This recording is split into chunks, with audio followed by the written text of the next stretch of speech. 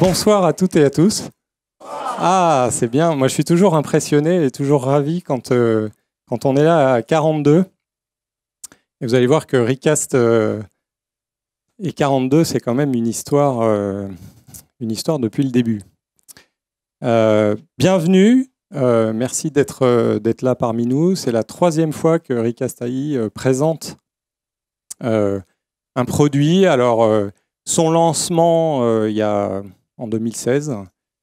En 2017, on avait fait un Product Hunt ici et le Bot Builder. Et puis là, plein de choses. J'ai pas le droit de dire des choses parce qu'après, Yasmine, elle va me tirer les oreilles. Donc. Moi, je voulais partager quelques chiffres un peu liés à l'histoire de Recast. Et c'est la relation que nous avons avec les développeurs. Parce que Recast et les développeurs, c'est quand même quelque chose de fort. Et je me suis dit, quand est-ce que nous avons eu 42 développeurs d'inscrits sur la plateforme Recast? Si, avant d'en avoir beaucoup, il faut en avoir 42. Donc on est allé chercher les chiffres, c'est pour ça que j'ai besoin de mon anti-sèche. C'était le 1er décembre 2015. Et donc ça, on a démarré en septembre 2015. Donc vous voyez, 1er décembre, bon, en clair, c'était tous les amis de l'équipe de démarrage. Bon, très bien. Après, 14 avril 2016, c'est très, très rigolo, c'est notre premier Product Hunt. Et c'est là où on a dépassé les 420 développeurs inscrits sur la plateforme Recast. Bon. Le 24 octobre 2016, on a dépassé les 4200 développeurs. Donc là, on voit que la relation augmente et c'est toujours avec un 42. Donc à quand les 42 000 ? Bon, aujourd'hui, on a dépassé les 20 000. Et... Allez, je vais essayer de prendre un pari avec vous. En plus, c'est enregistré. Donc si je me trompe, ça va être... Moi, j'aimerais bien... Allez, à l'été 2018, qu'on dépasse les 42 000. Quoi. Voyez. Donc, donc 42 000 développeurs. Donc, c'est bien. Là, Yasmine a dit, oh là là, on avait Bot Builder, il faut faire plein de trucs. On va avoir encore plus de trucs pour avoir encore plus de développeurs qui utilisent notre plateforme. Ben, moi, je tiens à vous dire, on aime ça. On aime cette relation d'avoir des développeurs qui utilisent notre technologie pour faire des chatbots. Et pour faire des chatbots qui leur font plaisir, c'est-à-dire les cas d'usage sont extrêmement variés. On peut faire ce que vous souhaitez. La limite, c'est votre imagination. Alors évidemment, on peut faire des cas d'usage qui sont sérieux, mais on peut faire plein de choses. Alors avant de parler de la suite, je voulais un peu lister toutes les fonctionnalités. Alors pas toutes, parce que sinon, il m'aurait fallu plus qu'une feuille.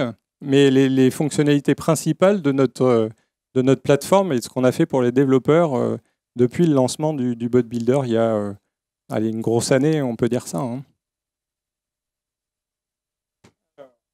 On a fait, et ça c'est pour vous rafraîchir un petit peu la mémoire, parce que je suis sûr que vous avez tous fait un bot sur Recast AI, et si ce n'est pas le cas, n'hésitez pas.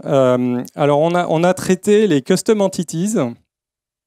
On a fait du speech-to-text, on a géré le dialogue management, on a ajouté des gazettes, on a ajouté le sentiment analysis. Ça, c'est moi, je me souviens de l'anecdote sentiment analysis et puis la gestion des smileys. Ils m'ont dit, mais t'es sûr que c'est utile ? Je dis, en fait, les gens, ils mettent beaucoup de smileys dans leurs conversations et si on veut être encore plus pertinent, on doit gérer ça. La gestion du multilingue, et ça, je pense qu'on peut être très fier parce que Recast a été le premier à être une plateforme qui est capable de gérer toutes les langues du monde, toutes. Donc je dis bien toutes. Si vous avez une langue ou vous inventez une langue cohérente, ça va fonctionner. La suggestion d'expression, parce que tout le monde nous dit c'est bien, mais moi j'ai pas 40 phrases à donner à mon bot pour l'entraîner. Est-ce qu'il pourrait pas, votre intelligence artificielle, nous aider à faire ça plus vite? Donc, on a fait ça. On a fait du clustering, on a fait de la gestion d'entités nommées. Bon, je vais arrêter la liste parce que sinon, je laisserai Yasmine et Paul décliner la suite. Alors, ce soir, on va ouvrir une nouvelle page et Yasmine va vous expliquer ça. Mais je le disais en introduction, on est toujours très heureux d'être à 42. C'est vrai, je ne me suis pas présenté, mais voilà, c'est... Hop. Et moi, je voulais, juste avant de lancer, ce tweet de Julien qui citait Yasmine lors de Vivatech l'année dernière, cette année, là. Le dernier Vivatech, il disait 142, on ne serait pas là aujourd'hui.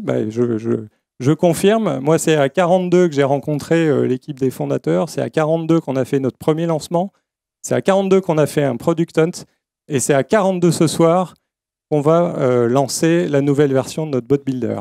Voilà, et donc d'avance, merci à tous, et je vais laisser la parole à Yasmine pour vous présenter ça.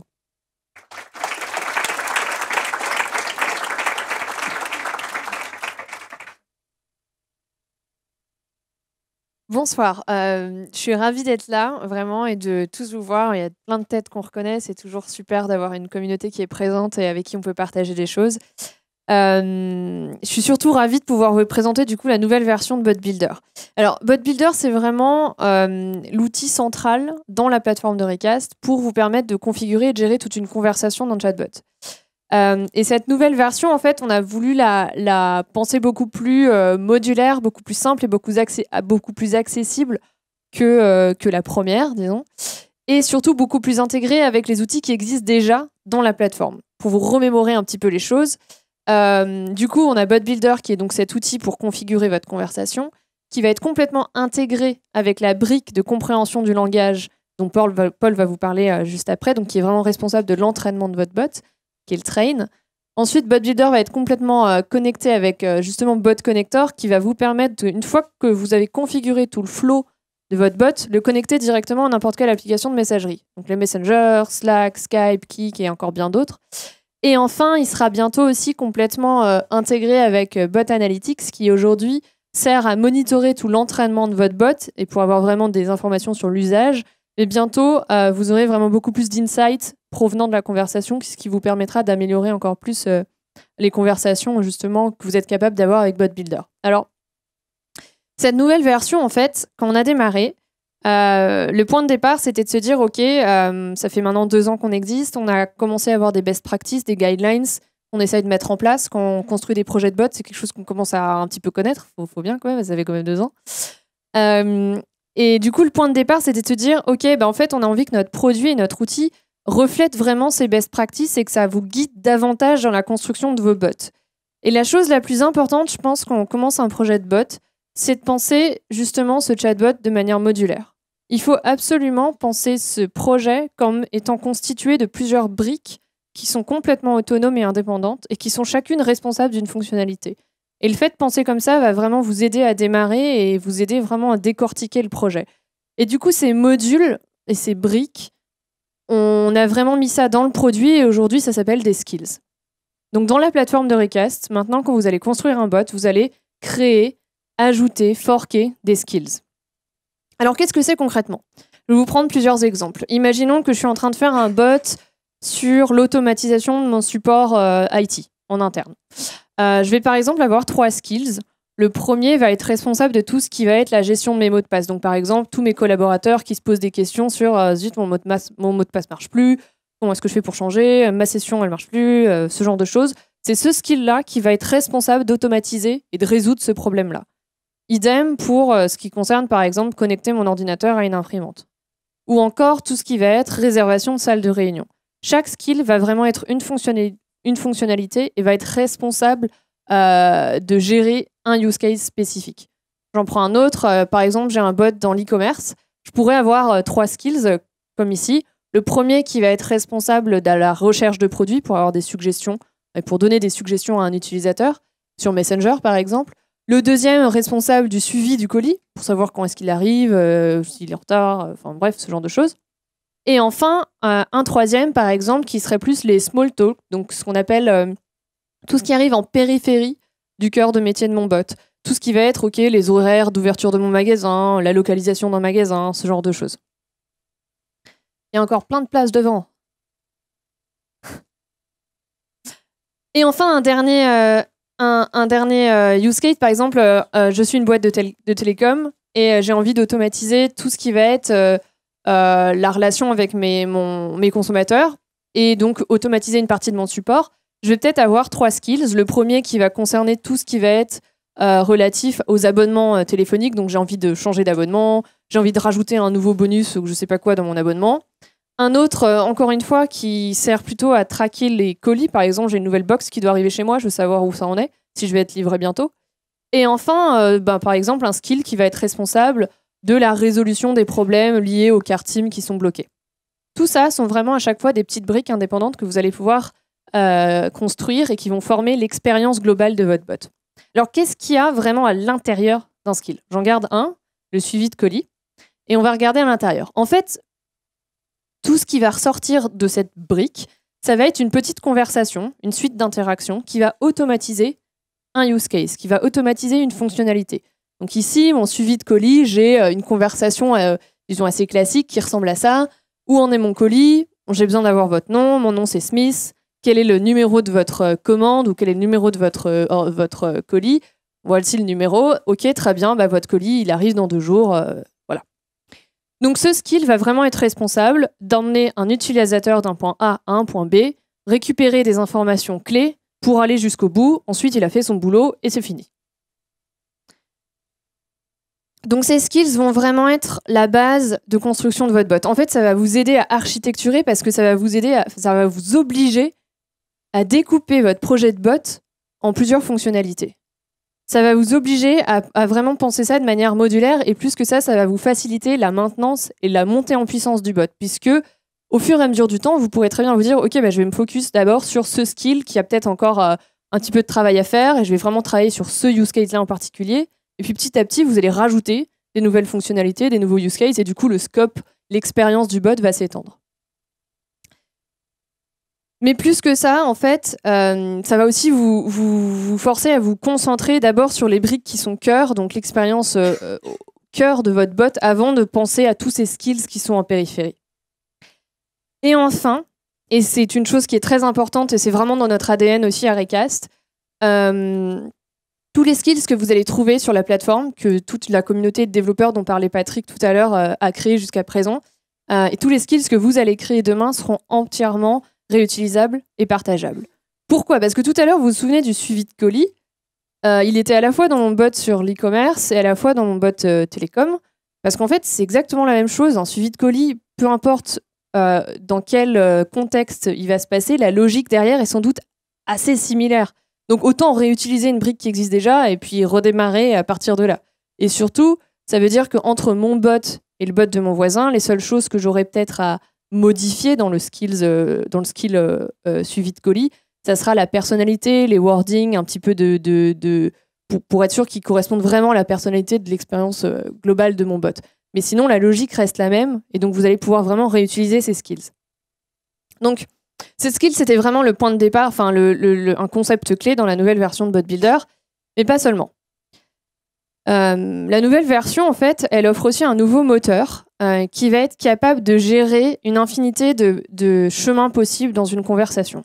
Et c'est vraiment important parce qu'on sait que les utilisateurs des bots qu'on fait peuvent tous prendre des chemins différents et s'expriment de manière différente. Et c'est important de pouvoir vraiment gérer toute cette infinité de chemins.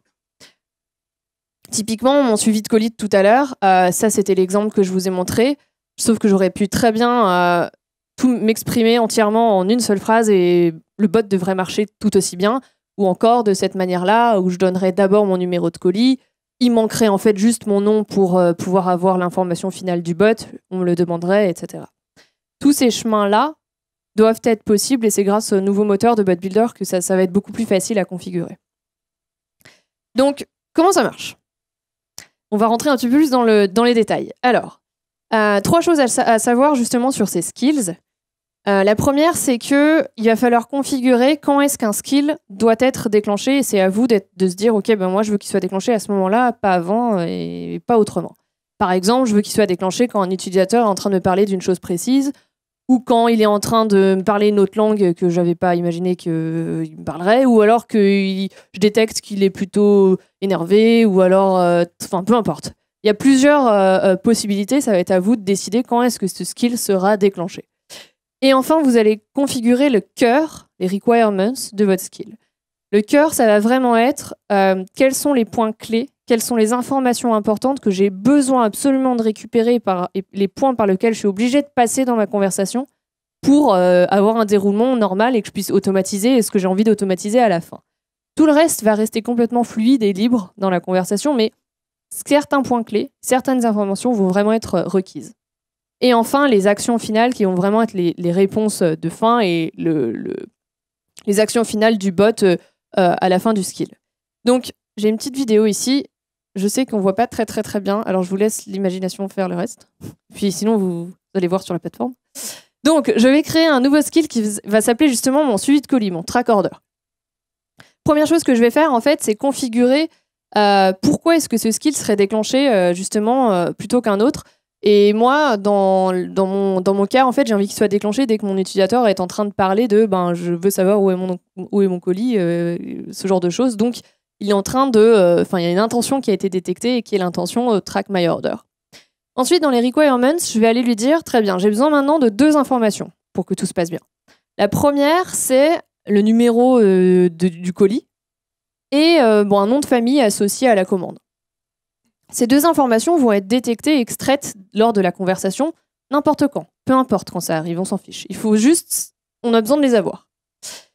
Et justement, si on les a pas, parce que l'utilisateur est en train de nous parler d'autre chose, peu importe, on va pouvoir configurer des réponses pour justement pousser l'utilisateur à nous les dire. Donc typiquement, lui dire, très bien, maintenant j'ai besoin de ton nom de famille, maintenant j'ai besoin du numéro de suivi pour continuer la conversation et que je puisse te dire où est ton colis.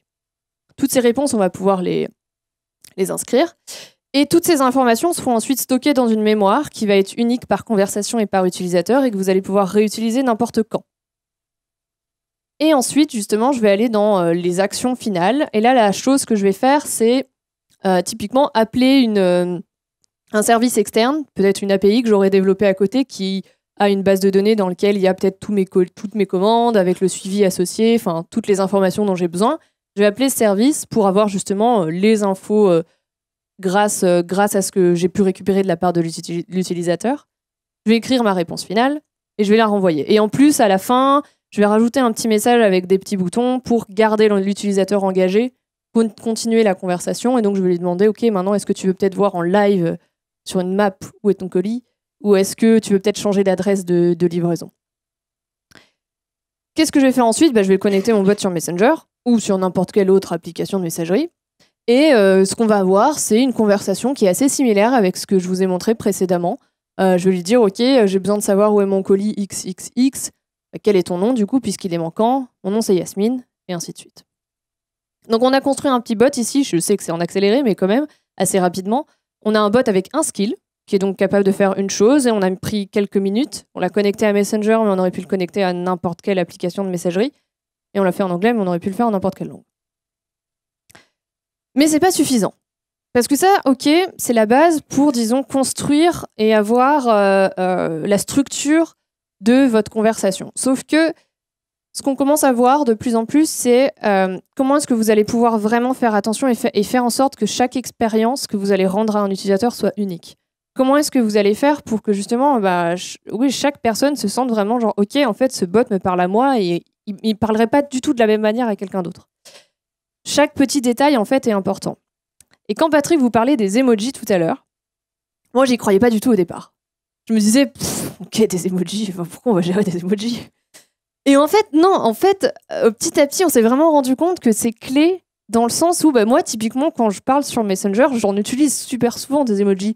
Je suis super friendly, je tutoie les gens, je suis assez sympa, bref, j'utilise des emojis. Et je vois pas pourquoi les services, justement, les chatbots avec lesquels je discuterais, s'adapteraient pas à ça et utiliseraient pas des emojis aussi spécialement pour moi. Alors que peut-être que Paul, que vous allez voir tout à l'heure, lui, il en a rien à foutre des emojis. Et donc, du coup, le bot ne devrait pas lui en mettre. Et typiquement, c'est la même chose si j'ai un bot et que je suis d'humeur plutôt maussade ou plutôt énervée, j'ai envie qu'il le comprenne et j'ai envie qu'il s'adapte. Et du coup, j'ai peut-être envie qu'il me rassure un petit peu plus, qu'il détecte du coup un sentiment qui est assez négatif dans la manière de m'exprimer et du coup, qu'il me rajoute des petites phrases genre « écoute, ça va, t'inquiète pas, on va s'occuper de tout, etc. etc. » Tous ces petits détails créent vraiment une sensation auprès de l'utilisateur en effet qu'il est unique et que c'est vraiment adapté à lui et ses clés. Alors, la dernière chose que je voulais vous partager, c'est quelque chose dont on s'est rendu compte petit à petit aussi à force de travailler sur des beaux projets de chatbot. C'est qu'aujourd'hui, un bot maker, c'est pas qu'un développeur. Aujourd'hui, un bot maker, c'est un designer, c'est un chef de projet, c'est un expert métier, c'est plein de personnes qui travaillent ensemble pour créer une belle expérience à des consommateurs. Et c'était important pour nous, du coup, que sur cette plateforme, il y ait beaucoup plus d'accès à chaque cœur de métier et que chacun, de son point de vue, puisse vraiment collaborer ensemble au sein d'un même outil. Et c'est pour ça qu'en fait, dans la plateforme, vous allez vraiment avoir un moteur vraiment, vraiment complexe pour pouvoir vous aider justement dans l'interface, que des devs et des experts métiers, typiquement, puissent collaborer et créer toute une logique conversationnelle qui peut être très poussée et très complexe dans certains cas. Typiquement, ici, rapidement, j'aurais pu très bien dire tout à l'heure, OK, il me faut un nom de famille ou un ID client, et après, je veux que l'utilisateur me confirme que ces informations soient bien exactes. Enfin bref, des patterns qui peuvent être assez complexes, mais qui sont complètement faisables via l'interface. Et enfin, tous les designers et ceux qui vont... Ce nouveau métier qui émerge avec les chatbots, qui est vraiment ce design conversationnel, et ben, ça va être complètement possible via l'interface, puisque vous allez pouvoir éditer et créer n'importe quel type de message, des boutons, des cartes, des gifs, tout ce que vous voulez, comme ça.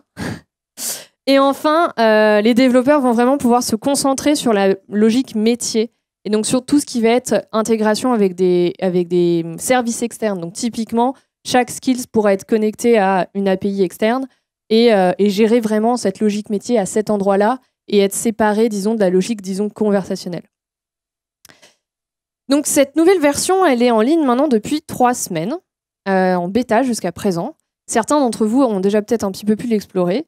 Demain, c'est vraiment le lancement officiel. On va faire un petit peu de bruit. Donc je compte sur vous pour diffuser cette info. Et pour ceux qui veulent en savoir vraiment plus et plonger vraiment dedans, tout à l'heure, il y a un stand avec 2 petites démos pour vraiment, si vous avez des questions, n'hésitez pas, il y aura l'équipe qui sera là-bas. Et surtout, il y a un meet-up, enfin un workshop qu'on organise juste après les fêtes, le 10 janvier 2018. Vous pouvez le retrouver sur Recast AI Developers Meetup. Il y a 25 places et ça va vraiment être focus sur la nouvelle version de Bot Builder. Donc si vous voulez maîtriser l'outil, c'est le bon endroit et le bon lieu, etc. Je vous remercie pour votre attention et je vais passer la parole à Paul qui va vous parler du futur de la compréhension de langage à Recast AI.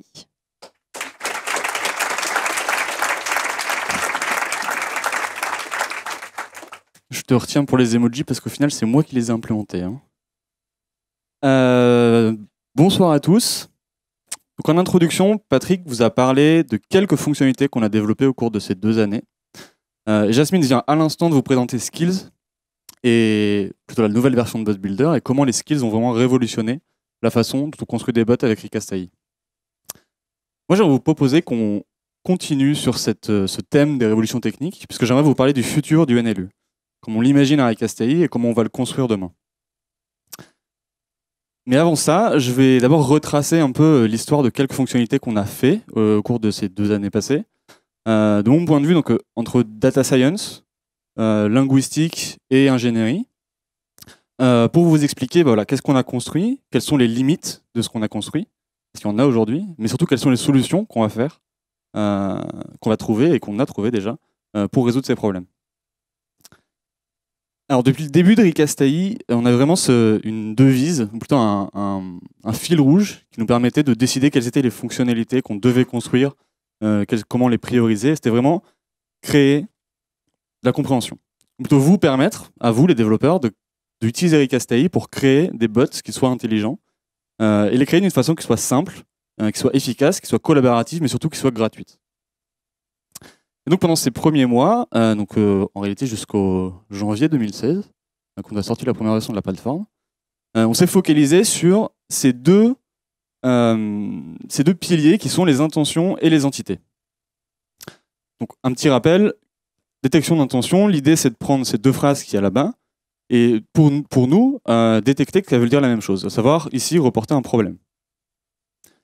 Les intentions, elles, de leur côté, les entités, de leur côté, vont vous permettre de détecter des informations dont vous avez besoin pour réaliser cette action.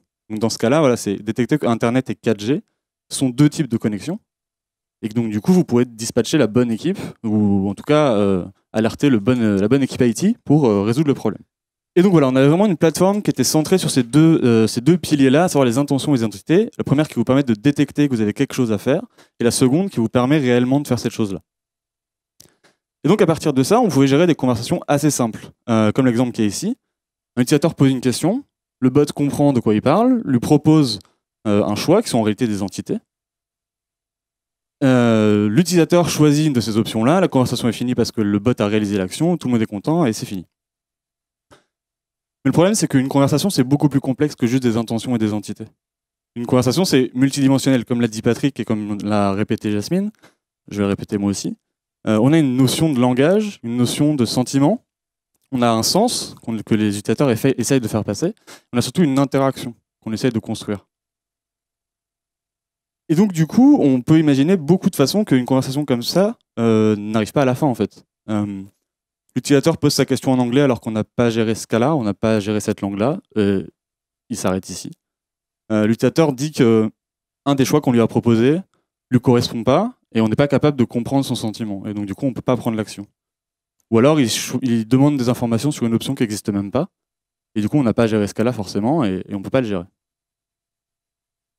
Donc, du coup, on a vraiment essayé d'ajouter des nouvelles fonctionnalités, cours surtout de l'année passée, pour vous permettre de gérer ces cas-là. Donc, comme l'a dit Patrick, on a commencé par vous permettre de détecter des entités custom qui correspondaient vraiment à votre use case.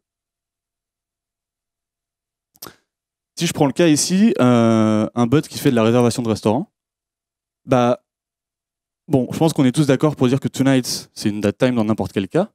Par contre, cheap, suivant certains contextes, ça peut être radin ou alors un restaurant plutôt bon marché. Et donc là, on vous permet de définir des entités custom qui sont vraiment spécifiques à votre use case. La deuxième chose qu'on a fait, c'est utiliser du coup des algos, bon, principalement du deep learning, pour vous permettre de détecter le sentiment qui se trouve dans une phrase qu'un utilisateur vous envoie. Ici, on se rend compte qu'il a complètement raison, parce que ça fait 3 semaines qu'on aurait dû lui envoyer son paquet.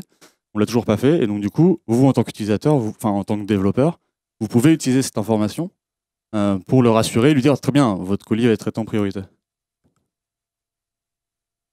Cette année, ça a été aussi les premiers pas dans le dialogue management et plutôt l'approche de tous les concepts comme le tracking de l'état d'une conversation, de la mémoire, définir comment est-ce qu'on passe d'une étape à une autre, et surtout quels sont les prérequis avant d'arriver à telle étape. On a été les premiers à vous proposer des bots complètement multilingues, savoir une code base, un seul bot sur ICAS qui vous permet de gérer. Voilà, il y a des exemples, le japonais, l'arabe, l'anglais, et en réalité 290 langues, et même plus.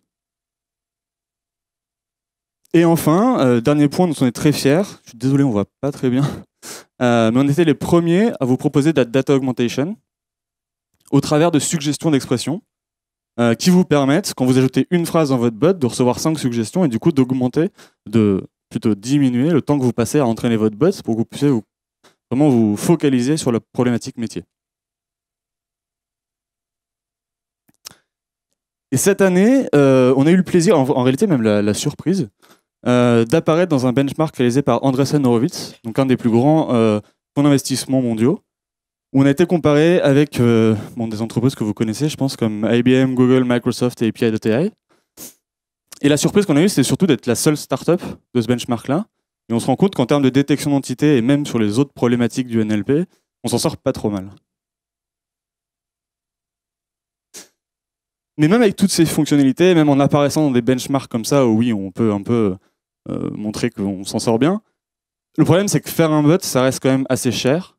Et ça reste cher parce que les datas qu'on traite, c'est très bruité. Les utilisateurs vont faire des typos. Les utilisateurs vont utiliser des mots que vous n'avez pas pensé utiliser, même des structures de phrases que vous n'avez pas imaginées. Et donc, du coup, je vous annonce ce soir, et je suis vraiment très content, parce qu'on a passé beaucoup de temps, que la prochaine fonctionnalité qu'on sortira au premier trimestre 2018, c'est le support natif des typos et des synonymes dans votre entraînement. Je te vois que tu rigoles. Mais je vais expliquer pourquoi natif. Et surtout, qu'est-ce que ça va vous faire gagner. C'est-à-dire qu'avec le même entraînement, vous pourrez gérer des centaines, voire des milliers de phrases que vous n'avez jamais vues en fait. Alors pourquoi natif? Généralement, dans le NLP, on va avoir tendance à créer des pipelines parce qu'on a une procédure qui est plutôt hiérarchique où des couches basses vont avoir besoin d'informations qui sont détectées dans les couches plus hautes. Par exemple, avant de détecter les entités, on va avoir besoin de détecter les mots qu'il y a dans cette phrase-là. D'accord? Le premier problème, c'est que plus on va rajouter d'algorithmes, plus ça va être long, puisque c'est séquentiel, donc il faut attendre que le précédent est fini, etc. Mais le second problème, c'est que même si les décisions des algorithmes sont faites de façon probabiliste, une fois qu'on arrive dans l'étape du dessous, ça devient la vérité. C'est-à-dire que ici, si le système de correction orthographique se trompe dans une correction, le système de résolution des synonymes, lui, va se tromper parce qu'il va résoudre le synonyme d'un mot qui n'est pas le mot original, en fait. Et donc, du coup, quand on arrive dans le niveau du dessous, on va faire de la prédiction sur quelque chose qui ressemble à rien, qui n'est pas du tout la phrase originale. Donc nous, ce qu'on a décidé de faire, ça a été d'approcher ça d'un autre point de vue, en se disant qu'au final, si on était capable de prendre toutes ces décisions dans le même contexte probabiliste, on n'aurait pas cette explosion de problèmes qui pourrait se passer, primo. Et deuxio, le temps de calcul rajouté serait marginal, puisque ce serait simplement des informations qu'on rajouterait à cette étape-là. Vous voyez qu'ici, j'ai mis spell checking, j'ai mis spell checking et synonym resolution ensemble. Et en fait, c'est parce que principalement, on va se baser sur des vecteurs de mots. Donc pour ceux qui ne connaissent pas, on peut un peu définir un vecteur de mots, ou plutôt le concept qui se cache derrière, par cette phrase-là. On connaît un mot grâce à son contexte, ou on connaît un mot grâce au mot qui l'accompagne. Quand vous lisez un texte et que vous tombez sur un mot que vous ne connaissez pas, vous allez utiliser les mots qui est autour pour définir le sens. Très bien. Mais les vecteurs de mots, ça se base un peu sur cette idée-là. En gros, ça ressemble à ça. Donc c'est très joli. Ici, c'est le vecteur qui représente Rick Astley dans les contextes dans lesquels il apparaît. Donc c'est, d'un point de vue de développeur, c'est juste un array de n dimensions. Donc dans ce cas-là, c'est 100 de float. Et l'avantage que ça a, c'est que ça va encoder les relations sémantiques. Donc, comme j'ai dit, être représenté par le contexte dans lequel ils apparaissent. Et on va être capable, grâce à ça, de définir une mesure de similarité. Être capable de dire que deux mots sont similaires parce qu'ils apparaissent dans deux contextes similaires. Donc on va apprendre ça sur des gros datasets de données, pensez dizaines de millions de phrases. Et j'en ai un exemple super concret pour que vous compreniez. Si je vous dis conduire, pneu, plaque d'immatriculation et phare, vous pensez tous à... Merci. Un camion. Et en réalité, si je vous dis un bus, un scooter, une moto ou un tracteur, c'est pas complètement à côté de la plaque. Et c'est pas complètement à côté de la plaque parce qu'ils apparaissent tous dans le même contexte. Et donc, quand on a des gros volumes de données, on peut être capable de savoir qu'un bus, un tracteur, un camion, une voiture, un véhicule, même un avion, pourquoi pas, sont des choses similaires. Et même les typos apparaissent dans le même contexte. Et on va pouvoir considérer ça comme des choses similaires. Donc, comme je vous le disais au début, avec le même entraînement, vous serez capable de gérer des centaines, voire des milliers de phrases qui en fait représentent toutes les typos, toutes les synonymes, toutes les choses que vous n'avez pas forcément pensé à modéliser, qu'actuellement on n'est pas capable de détecter, mais que demain on sera capable, et à votre plus grand plaisir, j'espère. Donc, la deuxième chose dont je voulais vous parler ce soir aussi, c'est une feature qui nous a beaucoup été demandée pendant le cours de cette année, en fait à juste titre, parce que les bots, ça devient un peu de plus en plus courant, et du coup les gens ont tendance à reproduire des comportements qu'on a quand on discute entre personnes.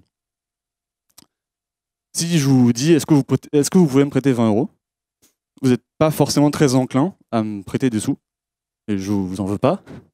Par contre, si je vous dis, j'ai perdu mon porte-monnaie, vous pouvez me prêter 20 €, là, vu qu'on est des êtres empathiques, on va plus...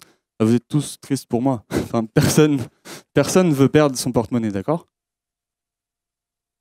Et en fait, on a tendance à rajouter du contexte, à rajouter des informations, des justifications et des choses qui, d'un point de vue d'un bot, n'ont pas forcément trop d'importance. Mais nous, en tant qu'humains, on va chercher à sensibiliser la personne qui est avec nous pour compatir un peu avec mon malheur ou avec mon problème ou où je t'explique pourquoi j'ai besoin de telle chose. J'ai un autre exemple. Est-ce que mon passeport est prêt aujourd'hui? Enfin, est déjà prêt, pardon. J'ai un avion dans une semaine. En réalité, d'un point de vue d'un bot, on s'en fiche que l'utilisateur ait un avion dans une semaine. Enfin, ça ne le regarde pas, parce que la seule question à laquelle on va répondre, c'est est-ce que le passeport est prêt? Si oui, bah oui, il va le chercher. S'il n'est pas prêt, il sera prêt à telle heure ou à telle date. Et donc en fait, on se rend compte que c'est vraiment deux propositions complètement séparées et qu'on devrait les traiter comme propositions séparées.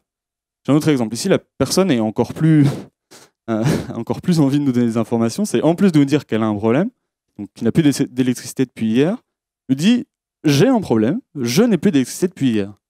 Et en plus, bonjour. Donc, d'un point de vue d'un bot, la réalité, c'est seulement on veut juste traiter cette phrase-là, en fait. On s'en fiche un peu qu'il ait un problème et qu'il nous dise bonjour. Et encore un dernier exemple, et là c'est encore plus clair.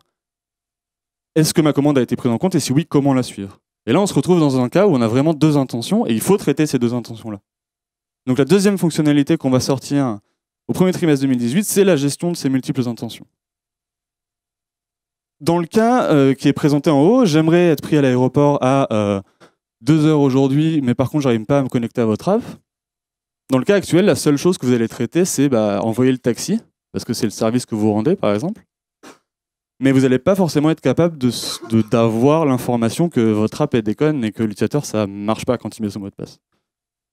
Et donc demain, quand on sera capable de faire ça, vous aurez ces informations-là et ça sera à vous de définir qu'est-ce que vous souhaitez en faire, comme actuellement, mais par contre, vous ne perdrez plus aucune information. Mais même avec ces deux fonctionnalités-là, c'est pas suffisant. Et on le sait déjà, spoiler, je vous le dis, ça ne sera pas suffisant. Ce ne sera pas suffisant pour la détection d'entité dans ce type de contexte. Quand l'utilisateur demande « Trouve-moi un restaurant pour ce soir », bon, on pourrait faire un peu mieux comme use case, mais le bot lui demande où est-ce que le restaurant devrait être, l'utilisateur répond Nancy, et le bot se plante en disant « Très bien, je vais réserver pour Nancy, super ». Ça ne suffit pas pour la détection de langue. Parce que quand un utilisateur parle en français et demande un resto pas cher, que le bot lui propose une promo, l'utilisateur répond en franglais « Ok, cool », le bot croit qu'il parle en anglais. Et c'est pas non plus suffisant pour les questions qui référencent aux informations qu'on a données précédemment dans la conversation. L'utilisateur ici veut un téléphone pour moins de 900 €. Le bot lui propose un Nokia 130, je ne sais pas si vous savez ce que c'est. Jasmine.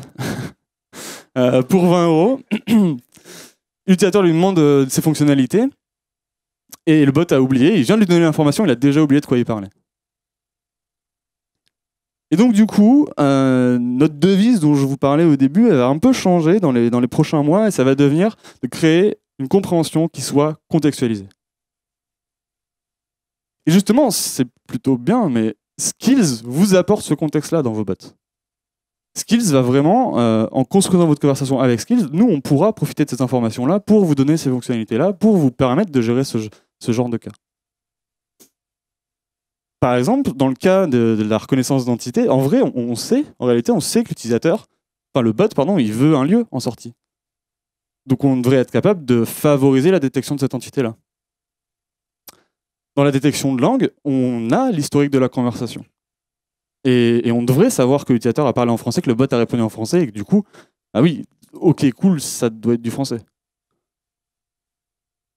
Et dans la gestion des références, des questions qui suivent une information qu'on a donnée, on a la phrase qu'on a envoyée à l'utilisateur, on le sait, et on a les entités à l'intérieur. Et donc, du coup, on devrait être capable de remplacer le référenceur par le référencé pour vous donner plus d'informations et vous permettre surtout de comprendre et de réaliser votre tâche. Donc, pour nous, vraiment, le contexte, c'est la pièce manquante pour passer de la compréhension de langage à une compréhension conversationnelle, une compréhension qui soit contextualisée. Un contexte qui soit fait au niveau des mots, pour gérer les typos, les synonymes. Un contexte qui se trouve aussi au niveau des phrases, pour gérer les multiples intentions et les informations que nous donnent les utilisateurs en plus. Un contexte au niveau de la conversation, grâce à Skills, qui vous permet de gérer des cas comme je vous ai présenté. Et bon, je rêve un peu, mais Omer, tu me contrediras pas. Un contexte peut-être qui serait plus global et qui permettrait au bot de voir le monde de la façon dont nous on le voit en tant qu'humain, où on a la capacité de mettre en relation des concepts, des couleurs, des objets, et qui permettent d'avoir vraiment une interaction qui soit beaucoup plus naturelle et beaucoup plus efficace. Merci.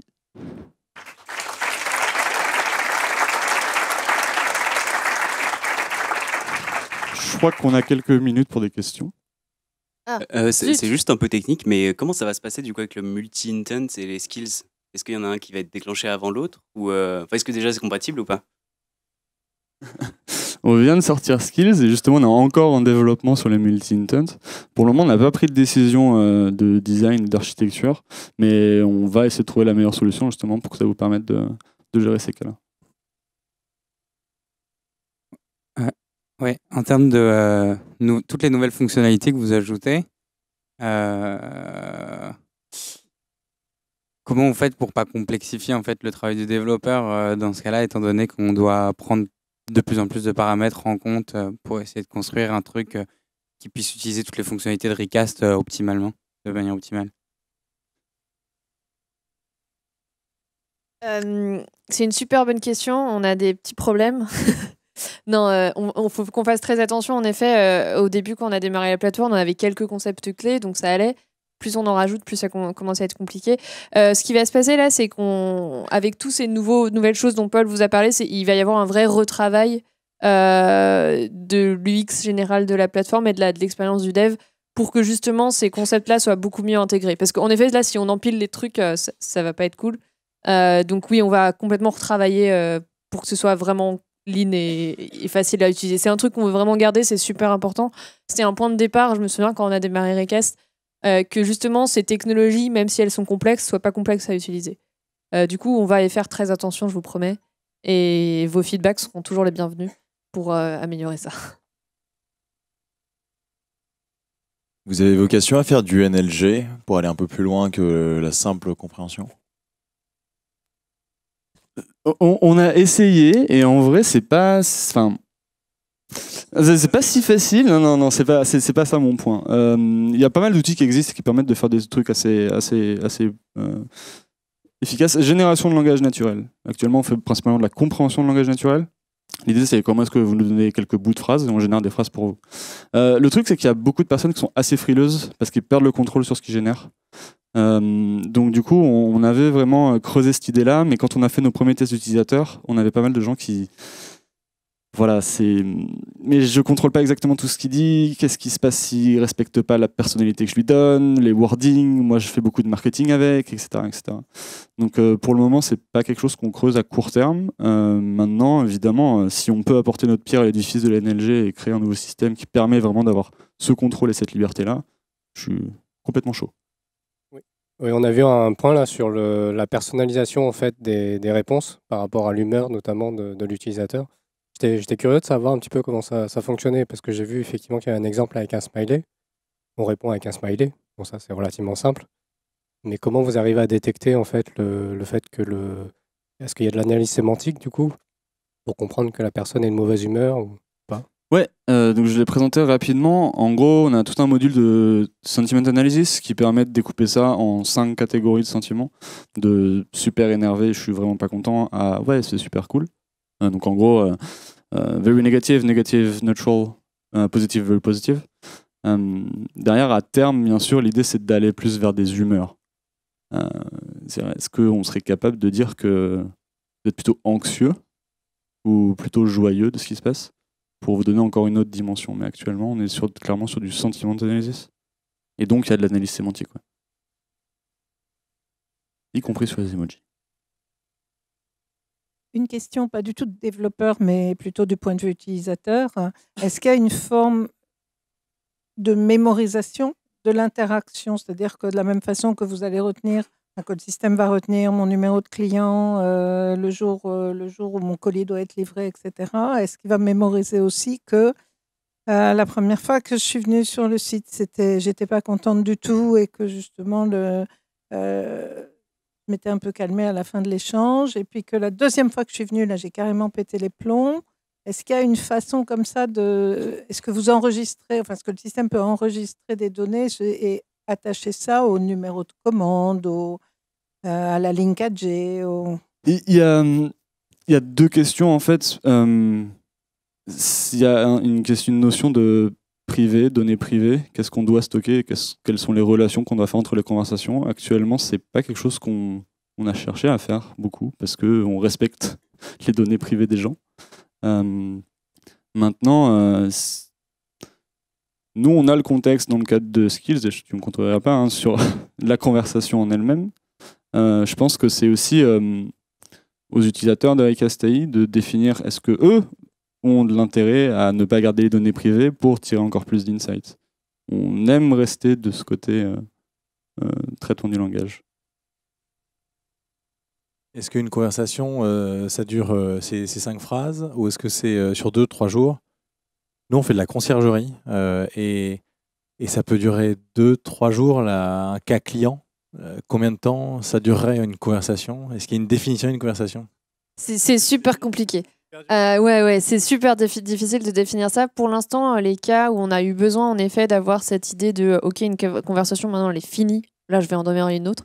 On s'est basé sur quelques critères du genre, OK, bon, quand je passe d'un jour à l'autre, je peux considérer qu'en effet, elle est finie, sauf si je sais que j'étais dans un état, disons, par exemple, typiquement avec les skills, vous savez que vous l'avez pas fini, et que du coup, si le jour d'après, en effet, vous reprenez, c'est que bon, OK, c'est la même conversation.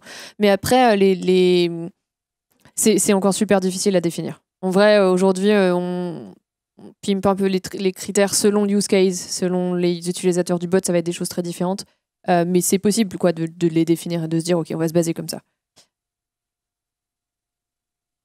Oui, comme tu dis, clairement, c'est un choix qui dépend du use case. Si c'est juste un suivi de commande, une conversation est assez contenue, mais dans un service de conciergerie, c'est un peu autre chose. Hello. Est-ce que vous comptez utiliser les skills développés par la communauté pour enrichir le bot général qui est fourni à tous les développeurs? Ouais. En gros, ce qui va se passer, c'est que donc là, cette première version, enfin cette itération-là, c'était vraiment pour avoir un nouveau moteur et un nouvel outil. Ce qui va se passer déjà en janvier, c'est qu'il y aura un vrai explorateur, si tu veux, de skills et tu pourras super facilement récupérer plein de skills faits par la communauté. Et en effet, quand tu démarreras un nouveau bot, automatiquement te seront proposés les skills, en tout cas les plus utilisés, les plus remarqués d'un point de vue communautaire pour t'aider à démarrer. Donc oui, en effet, tout en restant toujours dans cette idée de si tu veux garder les choses privées, tu les gardes privées. On ne t'empêchera jamais de le faire. Mais plus tu vas mettre des choses publiques, plus ça sera réutilisable par d'autres et donc ça améliorera l'expérience de tout le monde, quoi. Je voudrais commencer d'abord par exprimer de l'enthousiasme sur ce que vous avez annoncé aujourd'hui, parce que l'air de rien, vous repoussez les frontières en allant vers le contexte. C'est la limite de la technologie, donc c'est très ambitieux. Et ma question est liée à ça. J'en ai deux en fait, comment vous benchmarkez la performance de votre détection de contexte? Et deuxièmement, est-ce que vous permettez l'ajustement manuel, enfin, humain disons, du contexte, comme on le fait sur les autres, sur tout ce qu'il y avait avant? Ouais, je vais répéter un truc qu'on a dit et que Patrick a beaucoup dit dans ses 5 minutes de présentation, c'était développeur. Donc oui, à terme, on vous permettra de nous passer du contexte comme vous le souhaitez. Ensuite, la première question qui était comment est-ce qu'on benchmark ça? En réalité, on a fait pas mal de travaux sur des gestions de conversation et la performance de détection des entités dans des conversations, justement. Donc en réalité, il y a des benchmarks qui existent. Je pense notamment à Task 5. Mince, j'oublie les autres noms. Task 5, DSTC2, ce genre de trucs, qui sont des noms de datasets, qui sont des noms de datasets justement conversationnels, où le but c'est détecter des intentions, détecter des entités et suivre tracking de conversation. Donc il y a des benchmarks qui existent. Comment on bench ça? Actuellement, on est les seuls à notre connaissance à faire ce genre de choses, donc on se benchmark avec l'état de l'art des algos qui sont utilisés par d'autres personnes. Le contexte, il est inhérent à la position du skill, en fait, à l'historique du skill. Donc du coup, il sera inféré directement au runtime de quelle est la question qu'on a posée, quelles sont les informations qu'on a données, etc., etc.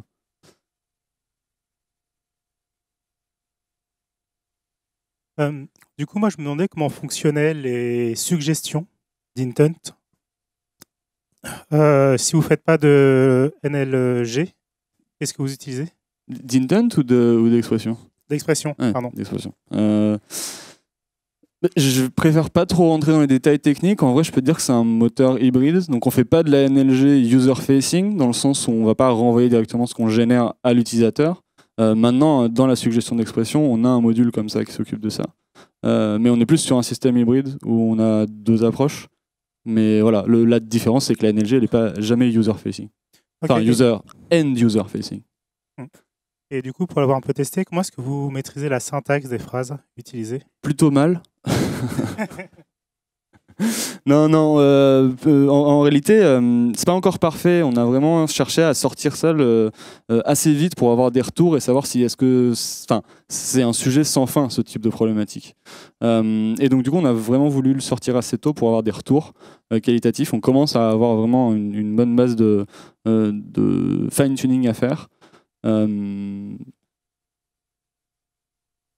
Donc du coup, ça devrait s'améliorer dans les prochains mois. Mais oui, je concède qu'actuellement, on a encore du travail à faire, clairement. Une dernière question. Ça, c'est une question un peu plus pour les gens qui sont moins techniques. Pour avoir déjà utilisé du coup Recast à ses débuts et l'avoir vu évoluer, ça devient de plus en plus facile à utiliser. Et à quand une version de Recast peut-être un peu moins complexe où les gens qui ne développent pas pourront faire leur propre bot parce qu'on en est très très très proche en fait. Ouais, complètement. Avec cette nouvelle version, on s'en approche vraiment beaucoup. C'était le but. Je pense qu'on reste quand même persuadé.